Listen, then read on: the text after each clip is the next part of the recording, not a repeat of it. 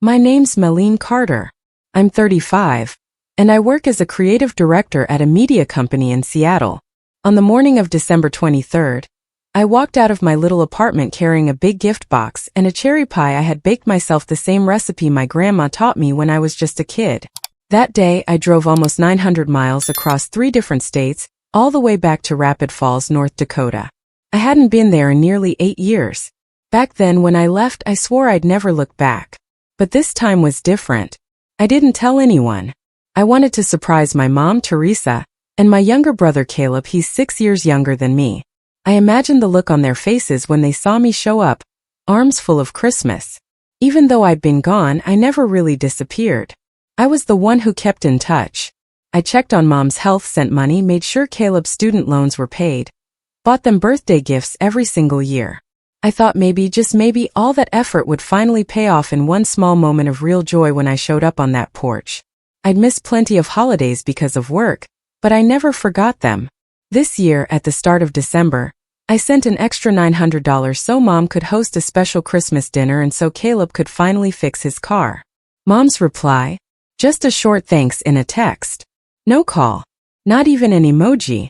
I brushed it off. Maybe she was tired. During that long drive, I kept imagining her reaction. The way her eyes would widen, then fill with tears, just like the last time I surprised her back in 2015. I pictured Caleb running outside, grabbing the gift box, and joking with me about whether I had finally bought him the console he always wanted. The trip was rough. I drove through a snowstorm, sliding across icy roads in Montana. I even stopped in Bismarck to pick up fresh cherries and cinnamon sticks for the pie, and I found a deep green wool scarf for Mom, the same color she once told me made my face glow. When I called to say I was close, she sounded flat. Yeah, we're getting dinner ready. No rush. That was it. No excitement, no questions, no "are you safe?" Just silence. I told her I had gifts. She said, "There's nobody new here. Don't worry." I convinced myself she was just busy. Families get weird sometimes, right? But at the end of the day, I was still her daughter, still Caleb's sister. I reached Rapid Falls around 6 p.m. The snow was still falling, soft and steady. Maple Street glowed with golden Christmas lights. When I pulled up, the driveway was full cars I'd never seen before. A red SUV. A shiny new Lexus. Even a sleek Mercedes. My stomach sank. She hadn't mentioned any kind of big gathering. I checked myself in the mirror, fixed my lipstick, grabbed the gifts and the pie, and walked up to the house I once called home. Christmas music spilled from the windows. I could smell roasted turkey and cinnamon in the air. My hands were shaking, partly from the cold, partly from nerves. I rang the doorbell. Mom opened the door. She looked elegant in a velvet black dress, pearls around her neck, a glass of wine in her hand. Her eyes landed on me and froze. No warmth, no recognition. Just cold. "Sorry," she said. "I think you have the wrong house." I blinked. "Mom, it's me. Melene." She didn't even flinch. "You must be mistaken. Nobody by that name lives here." Then she shut the door. I stood there in the snow, pie still in my hands, like my heart had just been crushed in someone's fist. I don't even remember walking back to my car. I just remember the cold biting my skin, the snow falling harder, the wind smearing the mascara I'd put on that morning. The pie I had carried for nearly 900 miles was left behind on that porch, still warm, steam slipping out from its golden crust. I set the bag of gifts in the back seat and just sat there, staring at the blinking porch light while laughter floated out from inside. I was Teresa's daughter, Caleb's sister. Yet here I was standing outside, treated like a stranger. That house used to be home. It used to be mine. My parents had split when I was 16. Caleb was only in 5th grade then. The divorce wasn't messy, no screaming matches, no courtroom fights. Just silence. A coldness that never left. Dad moved to Arizona with a woman named Darlene, his so-called soulmate. At first he sent money, called sometimes, but eventually he disappeared from my life completely. Not from Caleb's though. My brother still got birthday gifts from him and Darlene. For a while I resented it. But eventually I realized the truth. Mom was the one holding all the cards. She worked as head nurse at the hospital. Gone before sunrise, home after dark, with tired eyes and deep shadows on her face. I stepped in where I could. I cooked from YouTube videos, helped Caleb with his homework, worked weekends at a bookstore to help pay bills. I even skipped 2 weeks of school once when Mom collapsed from exhaustion because I thought that's what a good daughter does. Even when I graduated with a communications degree, I didn't leave right away. I stayed close, working at a small marketing firm in Bismarck. Every Sunday I drove home with food, did laundry, helped Mom, helped Caleb. I bought his textbooks, filled his gas tank, even replaced his laptop after he dropped the old one in a lake. Because I thought family meant something.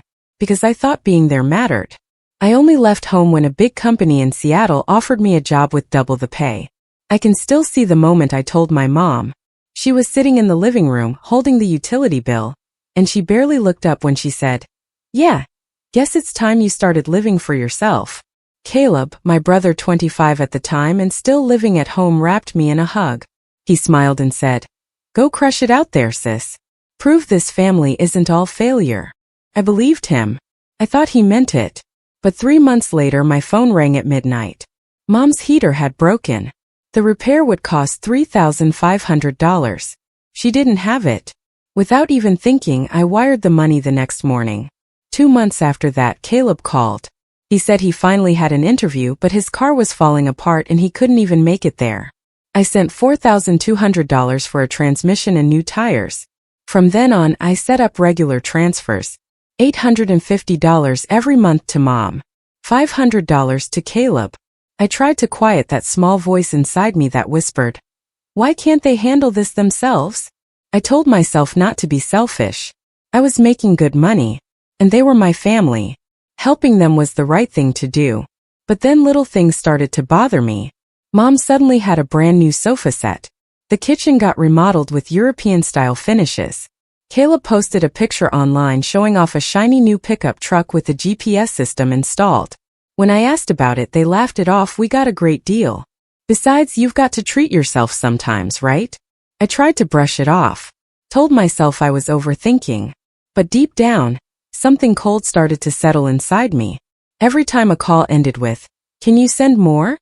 Every ignored text, every unopened package I mailed, it chipped away at me. I had moved to Seattle to start a new life, but it felt like my heart was still trapped in Rapid Falls, buried under their invoices and my bank statements. Every time I whispered, "If I don't help them, who will?" I convinced myself love was supposed to come back around, that being a good daughter would mean something. Until the night my own mother looked me in the eye and said, "Sorry, I think you have the wrong house." That's when I noticed the real distance had been creeping in for years. At first, Mom canceled calls, saying she was too tired after her shift. Caleb stopped calling altogether, always promising, "I'll call you back." Eventually, I realized I was the only one trying. I remember one lunch break when I called Caleb back after a missed call. His voice was flat. "Why'd you call?" "I just wanted to see if you could send this month's money early. My card's about to get charged." I swallowed hard, kept my voice steady. "Sure. By the way, did you get the package I sent? The snacks and hoodie?" Probably. Haven't opened it yet. Been busy." That hoodie I'd picked out because I knew he'd love it. That card game I ordered all the way from Australia because he said he wanted it. Mom had given it away to her friend's kid. To them, my gifts were just things. Nothing more.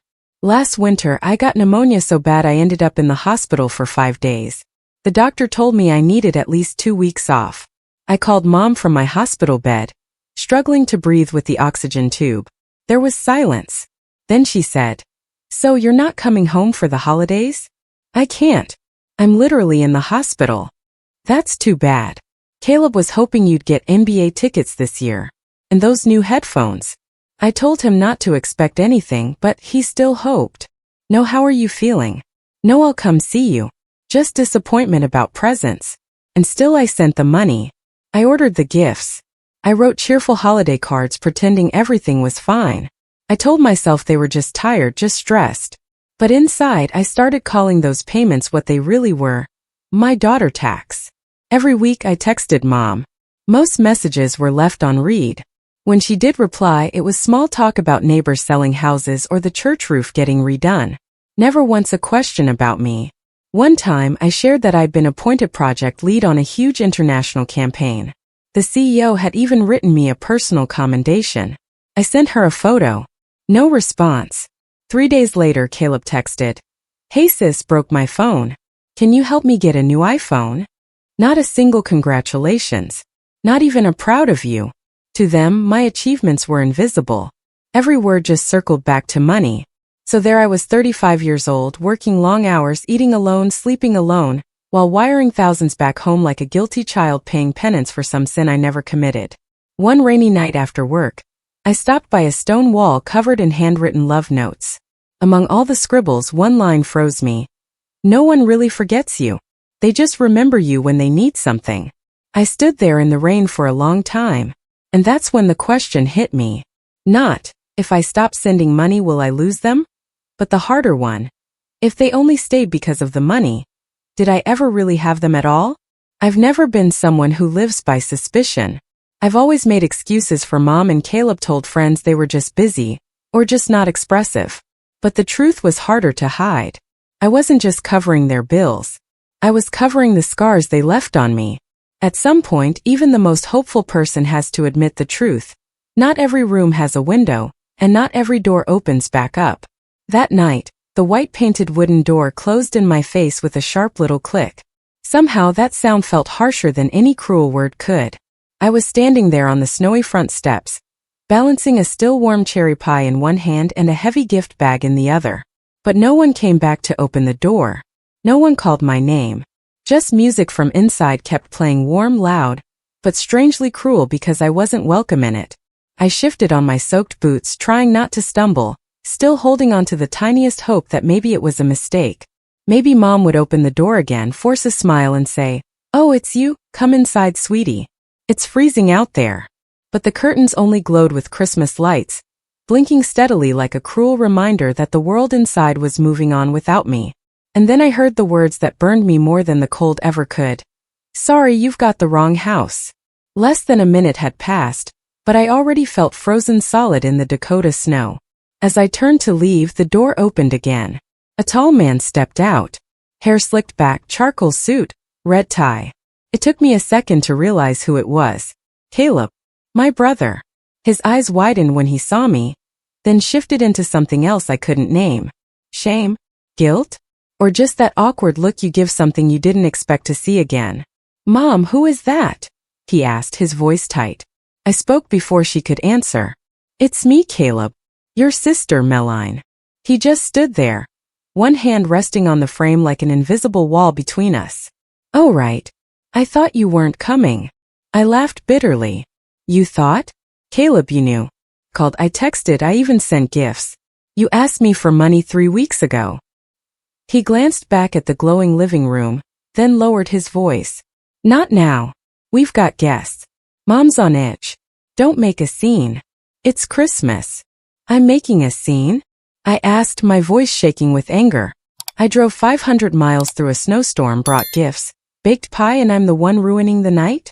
He looked around nervously, like he was terrified someone inside might overhear. "Fine, we'll talk tomorrow. Just go. Mom doesn't want to see you right now." That was the moment something inside me snapped. I dropped the pie into the snow. The crust cracked open, steam rising for a second before disappearing into the freezing air. I let the gift bag fall too. A box tumbled out, revealing the emerald green scarf I had picked out so carefully. Caleb didn't bend down. He didn't even flinch. He just stood there, already belonging to that house that no longer had space for me. "You should be ashamed of yourself, Caleb," I whispered. "But maybe you don't even know what that feels like anymore." I turned and walked away. The door shut behind me. Laughter spilled out, glasses clinking. And then I heard it. My mother's voice, clear as day. Thought it was someone else. She just stood out there like some uninvited stray. That was it. Her tone, her words confirming everything. Back in my car, my fingers were so numb I could barely turn the key. In the rearview mirror, I caught sight of myself. Hair messy, cheeks red from cold and heartbreak, mascara smudged like ashes. A woman who had shown up with love, tradition, and hope only to be tossed aside like trash. That night I realized the truth. It wasn't pretty, but it was real. I sat there for half an hour, hands gripping the steering wheel, trembling from both the cold and the shock. My breath fogged the windshield until I could barely see out. Then my phone lit up. Caleb's name. I hesitated, then answered. His voice was hushed. Meline, are you still outside? Look, don't be mad at Mom, okay? She's just stressed. Tonight's important. We have investors here, people from Palm Springs. Everything had to be perfect. I said nothing. I didn't think you were really coming. Mom said you canceled. If I'd known. He trailed off. What? I snapped. You would have let me in? So I didn't stand outside like a beggar. Silence. No apology. No honesty. Just his same old line. Let's meet tomorrow for coffee. We'll talk then. I didn't answer. He ended the call. Or at least I thought he had. Not 2 minutes later, voices poured from my still-lit phone. Caleb hadn't hung up. She actually thinks we're meeting tomorrow, Caleb said. Are you? Mom's voice sharp, annoyed. Of course not. Why would I? So she can beg for more money? I told her to wait. Coffee's cold anyway. She can find her own ride. Laughter followed. I froze, phone shaking in my hand. The call was still live. And there it was, the truth, unfiltered. Mom scoffed. That girl thinks she still belongs here. Sends money, sends gifts like it matters. Caleb's laugh cut through me. She's just an ATM. Lonely, desperate, and too blind to see it. Every word shredded me. The money I'd sent to fix Mom's house, it went to her spa. The car payments I made for Caleb so he could show off. Every call, every thoughtful gift, every ounce of love I poured into them, turned into a joke behind my back. And sitting in that car, mascara smeared and heartbreaking, I realized the only gift I got that Christmas was the truth. I whispered, just a few bucks, as tears slid down my face. But when I opened my banking app, the numbers stared back at me, cold and unforgiving. $850 a month to Mom every single month for 4 years. $500 a month to Caleb. $3,200 for that brake repair emergency. $2,500 for Caleb's friend battling cancer. $1,000 for Mom's big birthday surprise. Every transaction was right there, lined up like receipts for love I thought I was giving. The call finally dropped when my phone hit 1%. I didn't hang up. I didn't plug it in. I just sat there in the dark, in the snow, realizing something colder than the night air. They never really loved me. They only loved what I gave. By the time I dragged myself back to the motel, it was almost midnight. My lips were cracked, my hands stiff from the cold, and my heart just empty. The room smelled like bleach and old heater coils, but to me it felt like a tiny fortress. The one place no one could tell me, "You're not welcome here." I set my bag down, opened my laptop, and pulled up my bank account. My hands were still shaking, but this time it wasn't the weather. It was clarity. Transaction after transaction filled the screen, each one labeled Mom, Caleb, house bills, emergencies, birthdays. I took screenshots of everything, making sure there were no gaps. Then I opened the credit card account. Dozens of charges from authorized user Teresa Carter. One nearly $4,700 for spa equipment. I froze every single card. No warning. Done. The one Mom used for her prescriptions? Cancelled. The one Caleb had been swiping since last year? Gone. Then I canceled the monthly transfers, $850 to Mom, $500 to Caleb. One click. Confirm. Done. And with each click, I felt like chains were falling off my neck. Then I opened my email. Subject line: termination of financial support. I typed it all out calmly, no drama, no insults, just facts. All financial support has ended. All credit cards are locked. All recurring transfers are canceled. Over the past 4 years, I've given $76,540, not including gifts, supplies, or medical costs. All records are archived for legal purposes. Please do not contact me for money again. I read it 3 times. No typos. No emotions sneaking through. Then I hit send. 5 minutes later, my phone lit up. Caleb. What the hell are you doing? Card declined. I can't pump gas. Then Mom, oops. Meline, call me now. Another text. I'm hosting right now. Are you trying to humiliate me? Caleb again, no punctuation, just rage. Are you crazy? Who do you think you are, cutting us off rents? Do you even care? I turned the phone face down and stared out the window. Snow kept falling, soft and steady, covering streets, rooftops, and the broken bond one had just buried. An hour later, I finally looked at my phone again. 30 missed calls. Texts so long they looked like essays. Emails from mom. You're clearly unstable. What you've done is impulsive. Families don't cut each other off over money.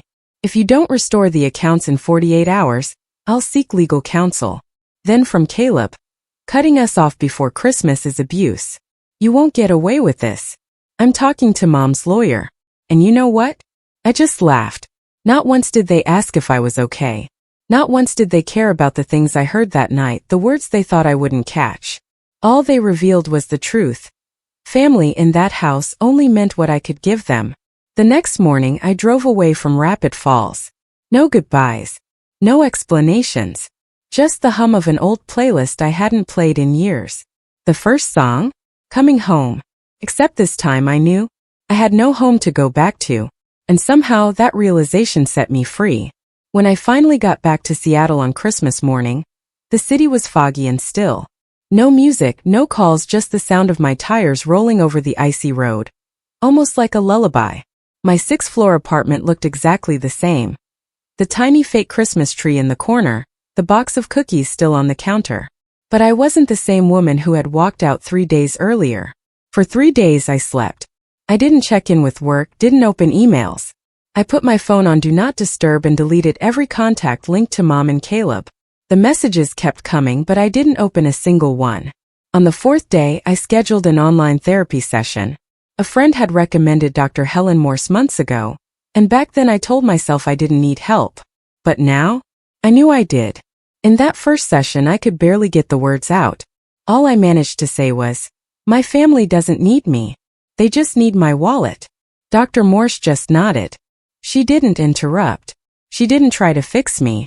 She really listened like I was a story still being written, not a problem to be solved. By the 3rd therapy session, everything finally clicked. I realized I hadn't just been helping my family out of love. I had been trapped in financial abuse that was dressed up as duty.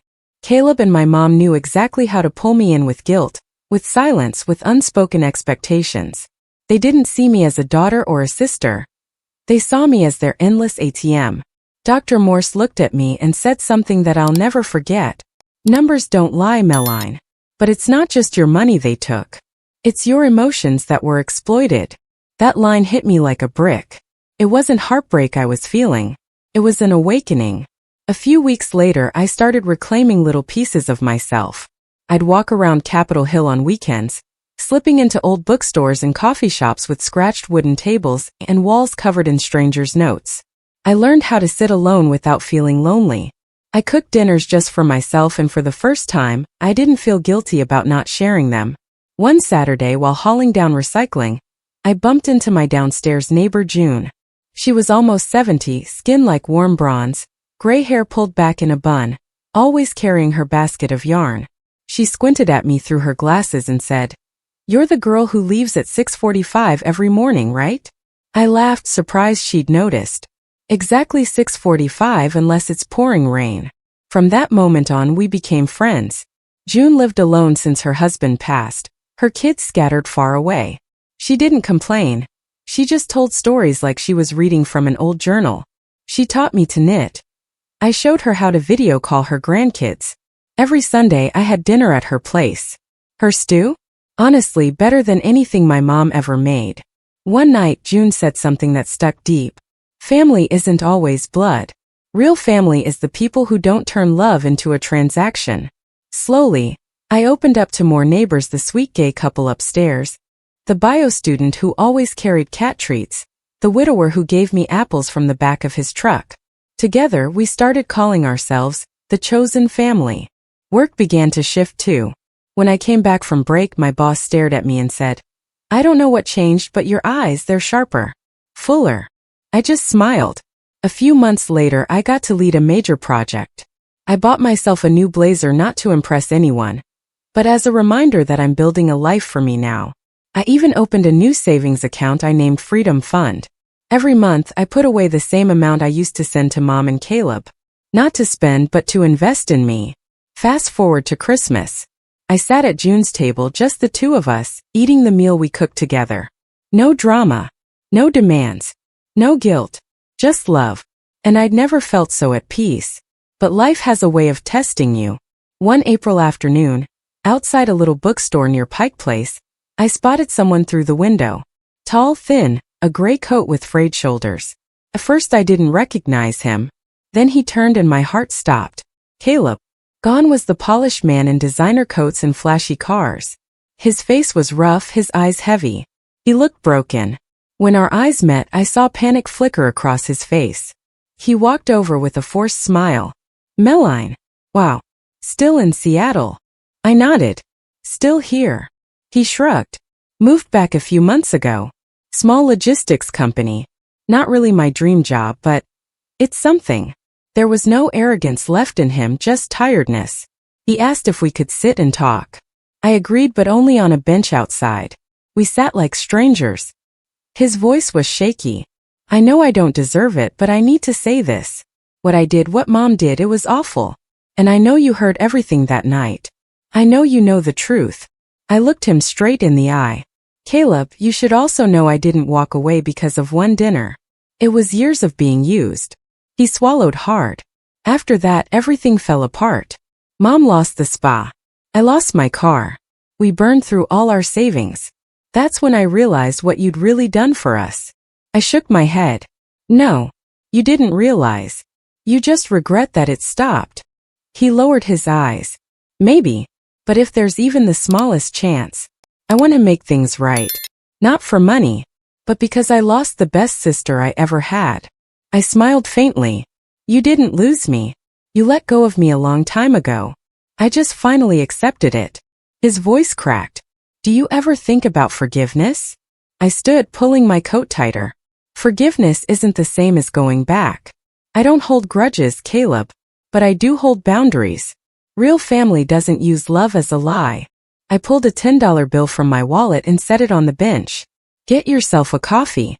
But don't mistake this for a restart. This is closure. And I walked away. When I reached the cafe, June was already waiting. She looked at me closely and said, "You look lighter." I wrapped my hands around the hot cocoa she slid toward me and whispered, "Yeah.